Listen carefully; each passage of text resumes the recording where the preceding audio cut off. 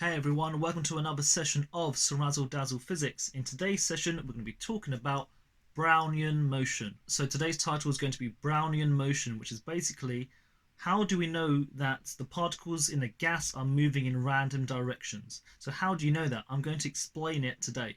Right, we'll start off with the following scenario. Okay, so let's look at this. So this is basically, let's say under a microscope, I look at some smoke particles. Yeah, so smoke particles, let's say someone's smoking, that smoke goes into the air, then we take that and look at it. So this is a container, and inside I've got a smoke particle inside.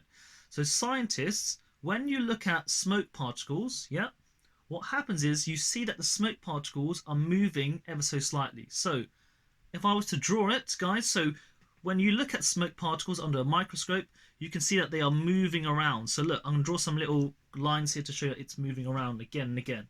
So the smoke particles are jiggling. So I'm going to put that word down here. So the smoke particles are jiggling. Yeah, so when observed under a microscope, the smoke particles appear to jiggle around. So we can see there's a smoke particle and it's jiggling around. But then scientists were thinking, well, why is this occurring? Well, why does this actually occur? The reason is because of the following.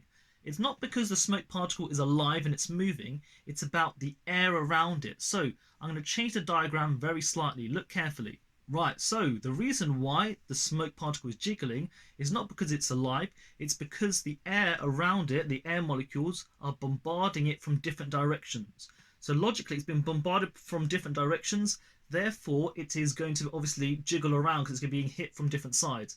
It's like, imagine you're standing up and then, I don't know, your little cousins come and run into you and hit you from different sides, you're going to just move around as well. It's the same principle here.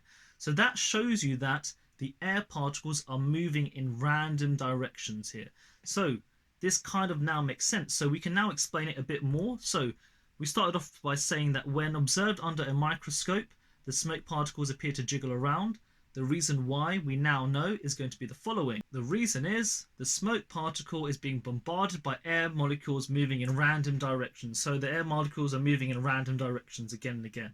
Right, so this experiment helps us explain the reason why we know that inside a gas the particles are moving in random directions. It's because of this experiment. So when someone says to you, describe an experiment which demonstrates that the particles inside a gas are moving in random directions, you can now explain the Brownian motion. Okay, so just a quick summary. I know it's a short lesson, but we started off with the following.